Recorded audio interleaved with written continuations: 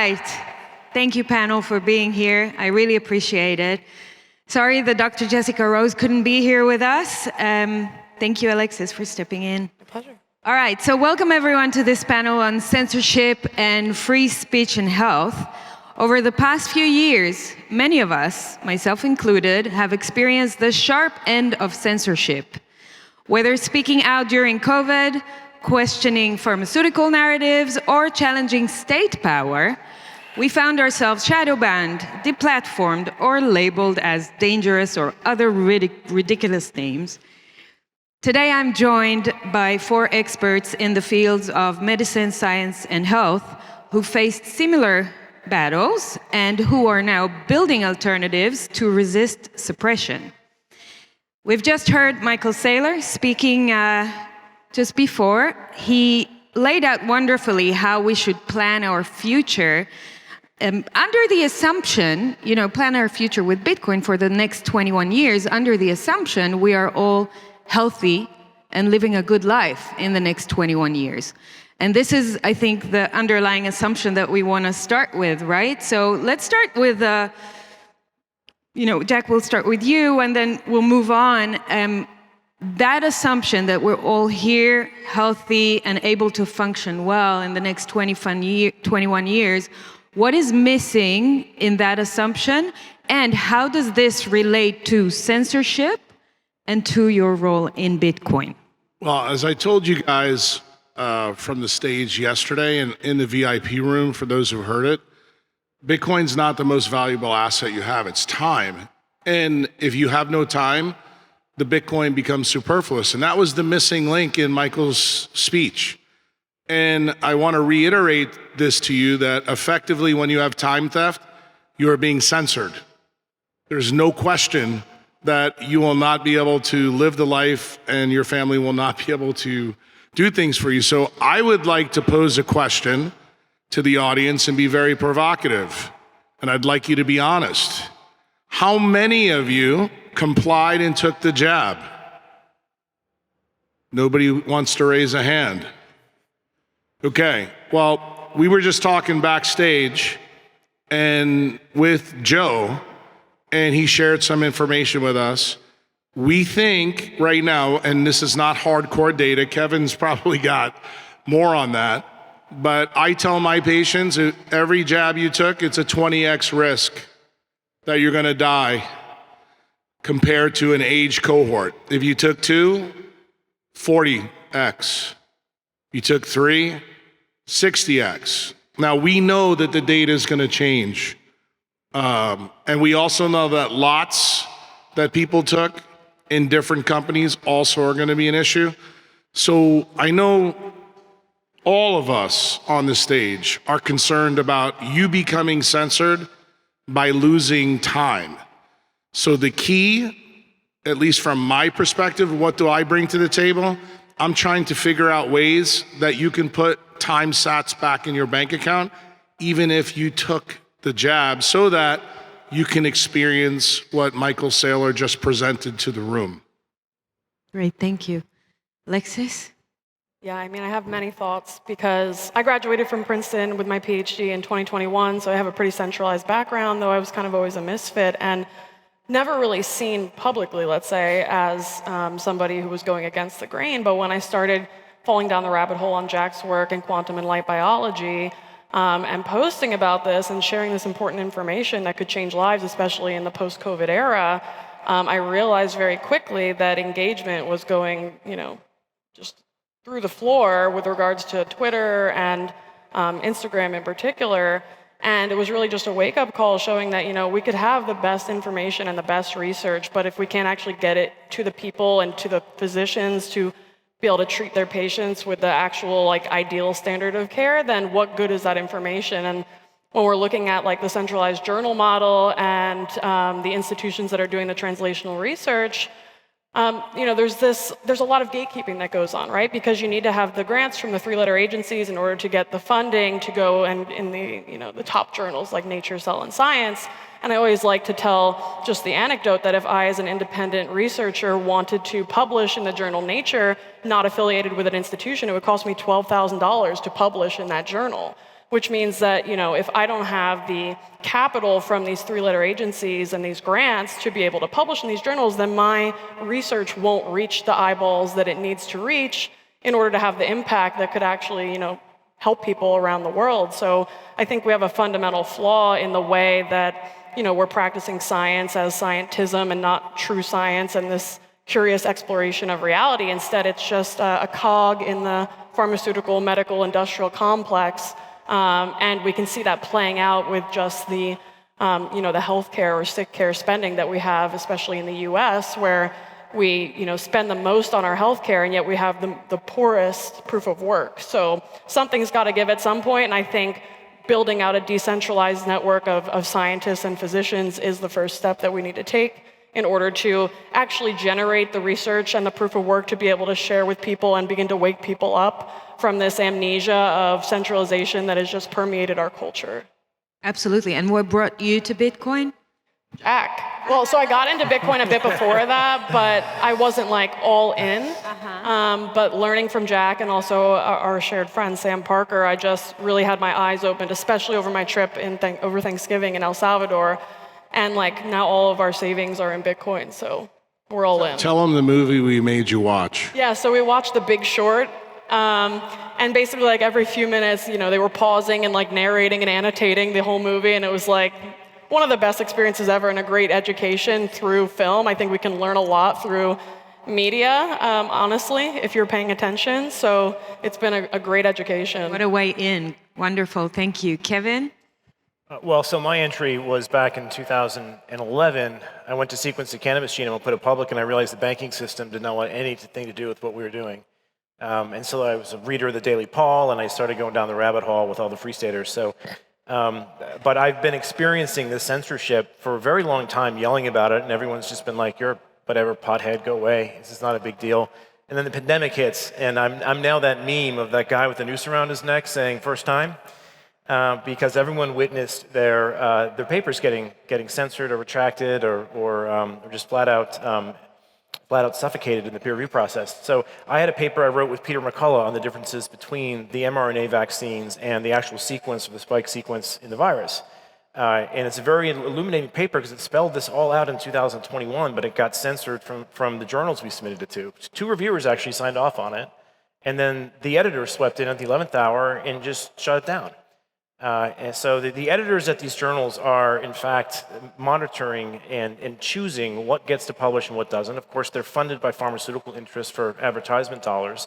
So it's a very centralized system that has a choke point on it. And that creates an attack surface for all of science, and the entire scientific narrative can get suddenly politicized and pushed in directions that are in the interest of pharmaceutical companies or politicians and not your own health. And I'll weigh in also for Jessica Rose, who couldn't be here. She was the first person to have a paper on myocarditis with Peter McCullough, right? And we now know that's on the label now, and her paper's still getting ratted around on Retraction Watch and PubSmear. There's still a mob of people trying to take that paper down, despite it being acknowledged as being a problem on the label of these vaccines. In terms of the acceleration of death, I want to fill in the one point that Jack brought up. There is, at least in the Pfizer lots, there is 4% of the adverse events, 4% of the lots contain 79% of the adverse events. So there is a bit of a Russian roulette on these things. That's something to consider. You may have gotten a good lot, but that shouldn't give you too much, I think, comfort in that they're going to do this again, and they're going to do it this time with vaccines that you cannot avoid. They're going to use self-amplifying ones that are going to hop person to person. So there's no way for you to avoid the next series that they're coming out with. Thank you. Thanks. Tristan? Yeah, for me, I got into health and Bitcoin kind of at the same time. So pre-COVID, and I technically bought a fake ID with Bitcoin 10 years ago. But I was very primed to have this perspective during COVID, and it was so obvious what was happening immediately. And then I was going deeper and deeper down the Bitcoin rabbit hole. And I really have just spent the last 5 years researching, learning, and trying to connect these two worlds. So for me, censorship was everywhere. The main themes that have already been shared is definitely on the research side of things. And then as an electrical engineer, reading folks like Jack's work and the research that he cites that's decades old, seeing this major gap in education, obviously around any health recommendations to the general public, but also specifically on the more electromagnetic side of things, and putting that into the place of where, wow, okay, I can make a difference, learning about this, educating, and still it seems like way too esoteric for anyone to grasp. And then the major caveat there is when you tie it to modern technology. So then that led me to what I do now at Daylight Computer, and what we think is one of the major reasons why everyone is so unhealthy today, because they have a tech addiction, and that will never be shown to the mainstream. That is probably the most censored adverse health, I guess, vehicle in modern society outside the pharmaceuticals and the jabs that we're talking about here. So it's been a wild ride the past few years. Absolutely, and Daylight is just a miracle. I've been using it. No one told me to say that, so I've been using it for about 6 months now, and I love it. And I think that one theme that comes out of what everyone here said is the centralization of the medical and health industry today. And we're sitting in a room full of people that hopefully understand the power of decentralization and want everything to be as decentralized as possible, because they understand that that's how we reclaim back our power. And so when we look at Bitcoiners that understand proof of work, they are willing to put in the time and the energy to learn new things, just they have learned about money and about the fiat monetary system. Probably everyone sitting in this room now already has a good understanding of how fiat works and how money works. What are they missing about health? What are some of the things that you would encourage them to take now and expand that proof of work into the area of health, of medicine, of science? Please. Everything you believe is wrong. That's what I would tell you. And I know that is daunting to hear from someone who's a neurosurgeon at the top of the pyramid in centralized medicine, but that's what happened to me 20 years ago when I decided to go down this rabbit hole. And for those of you who aren't in the VIP room, you may not know this. I happen to have some very wealthy friends who are in Bitcoin. You know them. Jack Dorsey is one. He got sick from his own supply, from technology. And I was able to help him. I was able to help Rick Rubin reclaim their health. And what did I get? Jack is my patient. Jack is the one that turned me on to Bitcoin early.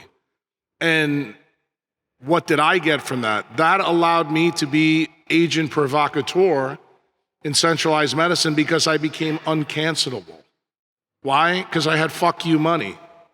And the thing is, it's really difficult, especially in the United States, and I'm sure the same thing is true here in Europe, that if you're very, very vocal and you come out hard against the powers to be, let's make one thing clear. This is probably the question that you asked. What's the number one thing that Bitcoiners really don't understand? Is Big Pharma sits at the money printer. It's the Cantillon effect. It affects Alexis in science. It affects Kevin in his business. Kevin used to be involved in the Human Genome Project. He's not just a pot guy. He's a fucking smart guy. Really smart. And Tristan, being an electrical engineer, is trying to bring lights to you guys to help offset some of the risks so you can be there in 21 years for Michael Saylor. The point that I want to make, to some of you so you understand, for me, this is a passion. Why? Because when I found out I was lied to, now I want to teach you the truth. And the truth really is this simple: plugging back into nature, using the decentralized networks that are tied to the sun, tied to the moon, tied to earth. It sounds corny, but the simplest things that are free will keep you away from the sausage grinder that is my profession. Who is Big Pharma? Big Pharma is the Mexican or Colombian drug cartel in this story. Who is the real problem? The Department of Defense and the Pentagon in the United States. They're the ones that distributed the jab.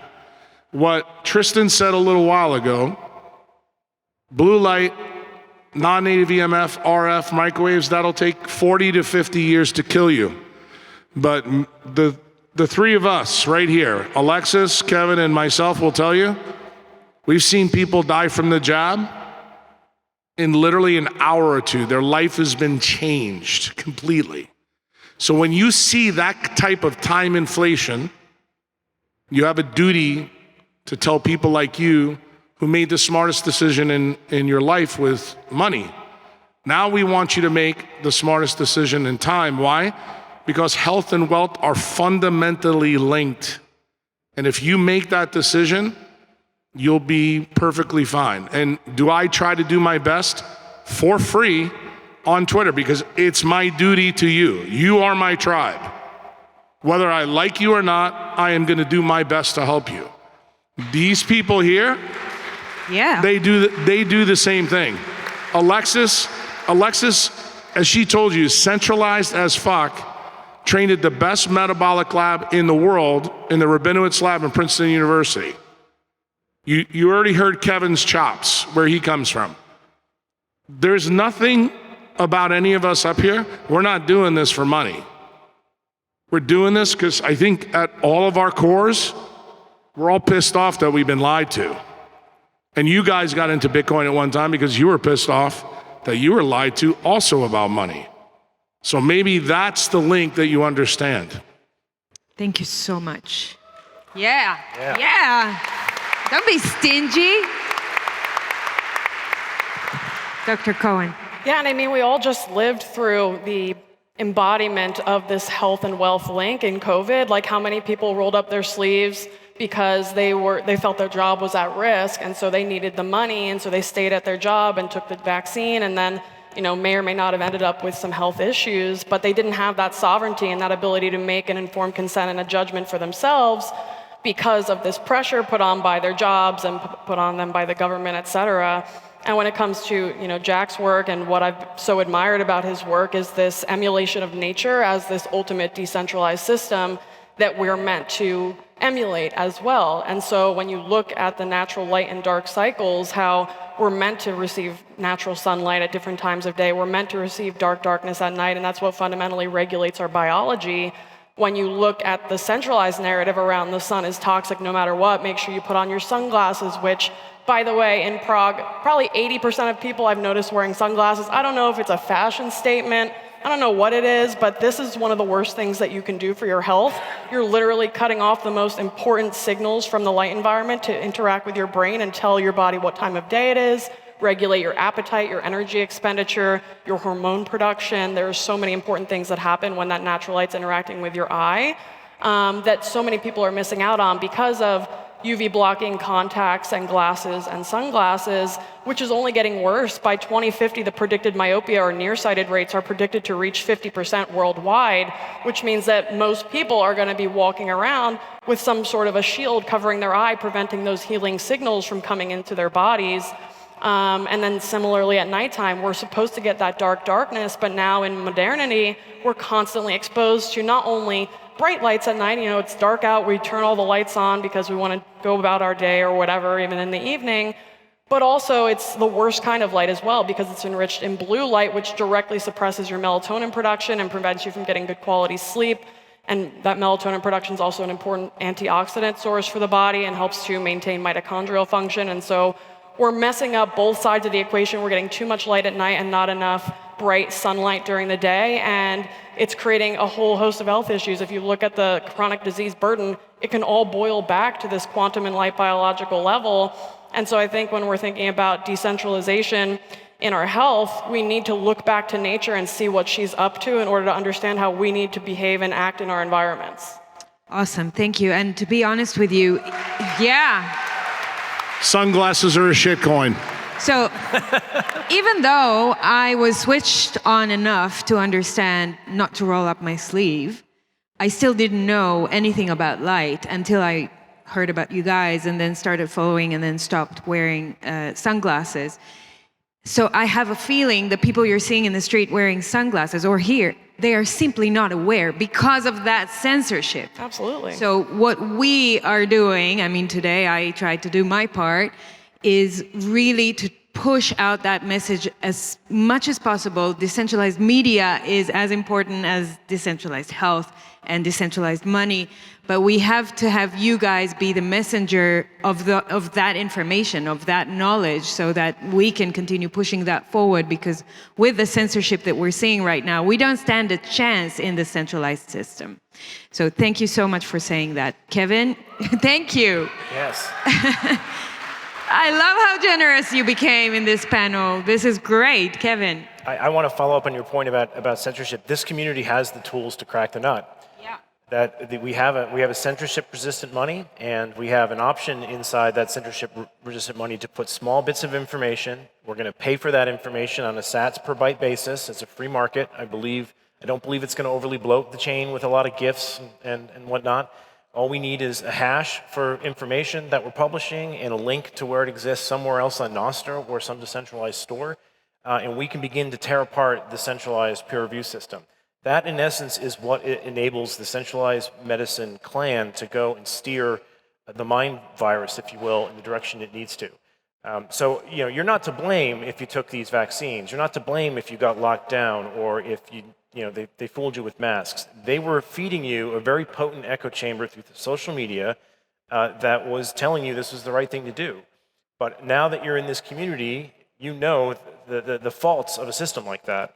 There's a reason we don't do that with money, and there's the absolute same thing we should apply to science. We cannot have science be run top-down in a fiat manner, particularly when all of our money is on a system that abhors that.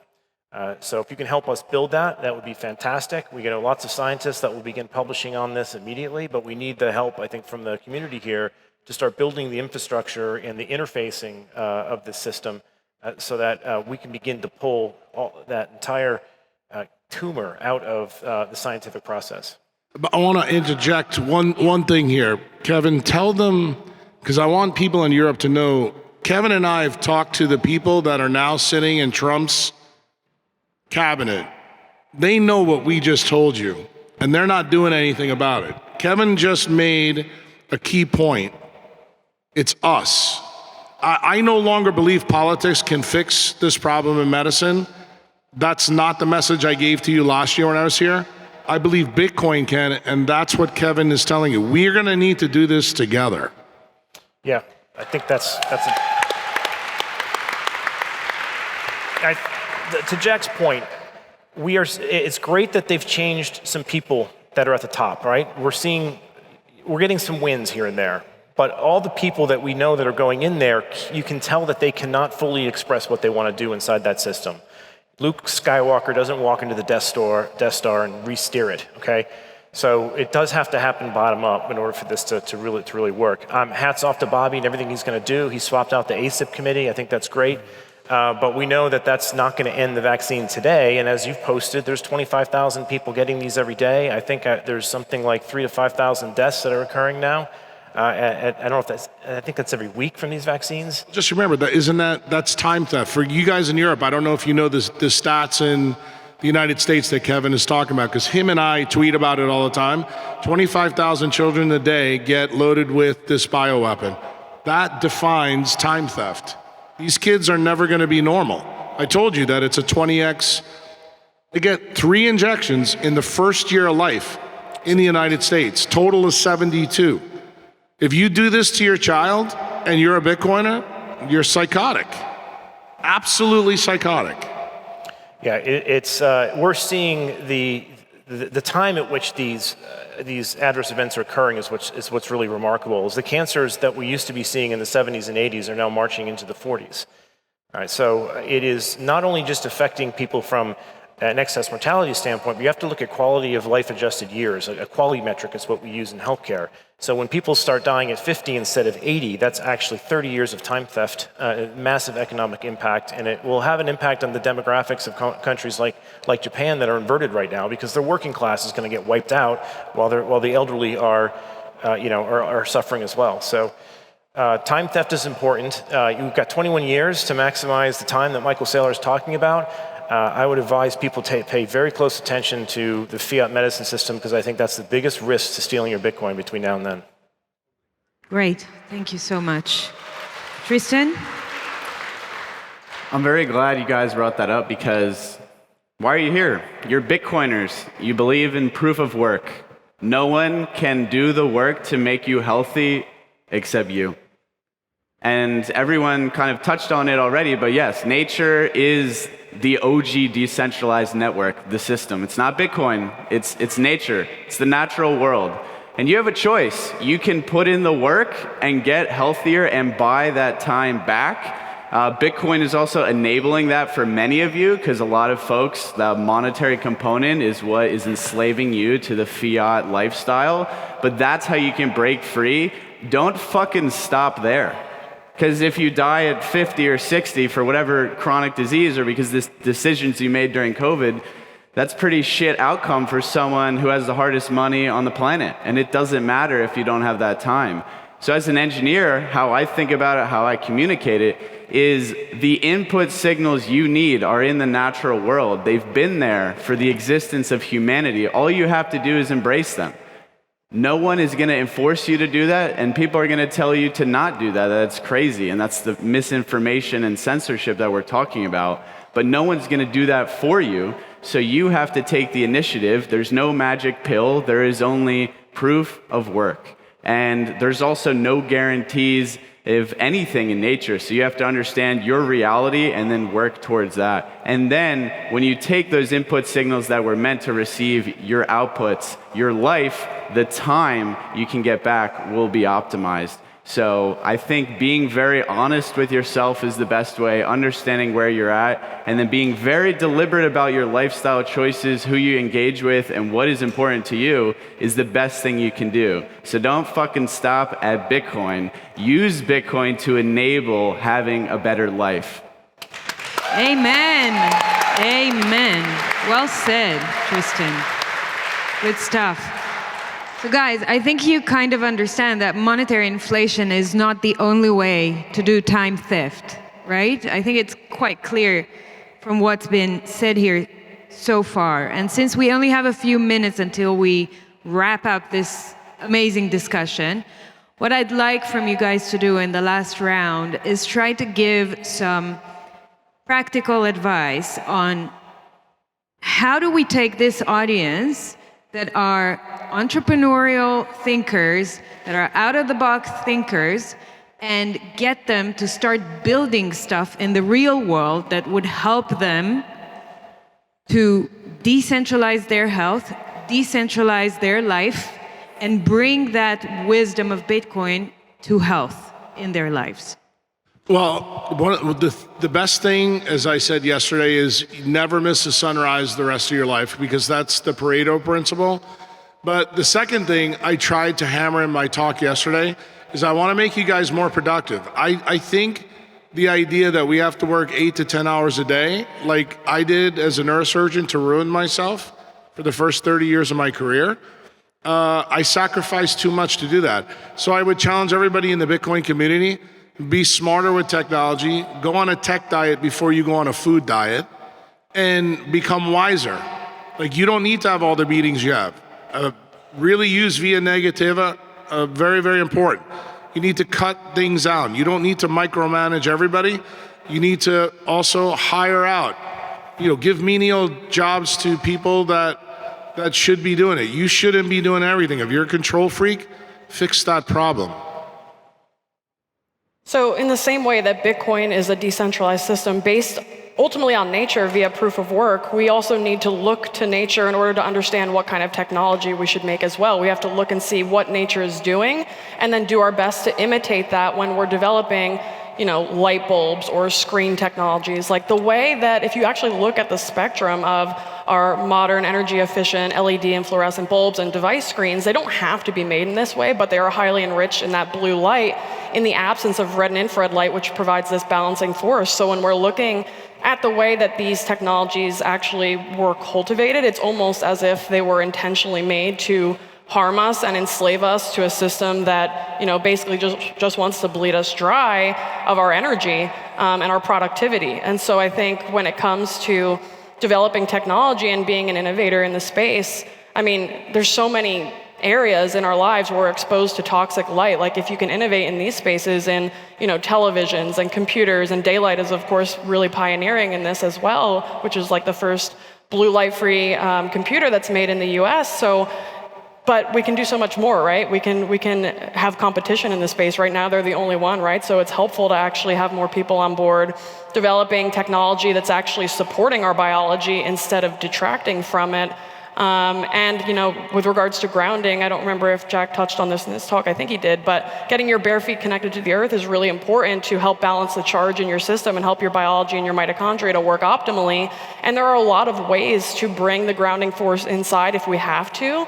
Otherwise, working outside whenever you can is great. Like, instead of spending money on dubious supplements, spend your money to build an outdoor space that is conducive to you working there if you work from home, so that it's functional and it's aesthetic and you actually enjoy spending time out there. And Tristan and I actually in a few days are going to be giving 2 talks up in New Hampshire to all of the principals and the superintendents of the state to help educate them on how toxic, from the fluorescent lights to the non-native EMFs to the fact that students in the public school system are actually given less outdoor time than a maximum security prisoner, why all these things are directly harming our young children who have no say in the matter, and what we can do about it. So I'm really hopeful that perhaps New Hampshire could serve as sort of a beacon that we can use to propagate this message across to other states and help the kids across the country. Well, they do with the first ever strategic Bitcoin reserve. That's the first state in the US to do it, so maybe they will do that too. Kevin? So our focus has been on looking at plants and fungi that you can grow in your backyard as a pharmaceutical reservoir, because most of the things that they have illegal, if you look at them from a therapeutic index standpoint, which is the LD50 versus the ED50, that's the lethal dose 50 versus the effective dose 50, all of the illegal drugs are vastly safer than the ones that pharmaceutical companies currently sell you. All right, so you look at cannabinoids, look at psilocybin. These things have basically, they're orders of magnitude safer than the vast majority of the drugs that they've regulated through the FDA. So that's a decentralized form of medicine, because people can grow them in their backyard. There are thousands of different cannabinoids and tryptamines that those things make, and we want to expand that model on every other medicinal organism out there so that they're publicly available, and the breeding can be accelerated. I want to make sure we don't cut you off here, noticing the clock, so I'll shut up there. The shot clock. If you want to improve your life, you can take some of the tips given here in terms of the health aspects. If you want to support this movement, you can do 2 things. Put your Bitcoin to work, or allow yourself the flexibility because you have Bitcoin and put your time and energy into something worth supporting. Whether that's on the local and community level, starting a group, getting outside in nature, buying, a ranch or a farm, and enabling your family to get that flexibility in terms of reconnecting with the real world, or supporting projects that are worth supporting, or building from ground up solutions to decentralized scientific research for funding, for technology, for education, whether it's at the school level or it's across the board for corporate or anything. So Bitcoin allows you to have that optionality, which is freedom to make decisions. But if you are not going to put in the work or the effort to see that change in the world that you want to happen, it's not going to happen. So that's just the matter of fact, and that's why all of us sitting up here are pouring all of our energy into moving this forward. But we need your help to actually make that happen. Awesome. So, thank you. As much as the truths that you've heard here today were a little bit inconvenient for some of you, they are still truths. And we need you to carry that forward, because looping back to the name of this panel, Censorship and Free Speech and Health, if we don't have you, we don't have this information flowing to other people. And there's a pretty good chance this panel may not be on YouTube, if you know what I mean. So please share this, and thank you. Thank you so much for each and every one of you. You guys are doing so much for humanity and for the Bitcoin community. I appreciate you and I cherish you. Thank you. Thank you. Secure your BTC Prague 2026 ticket at the lowest possible price now.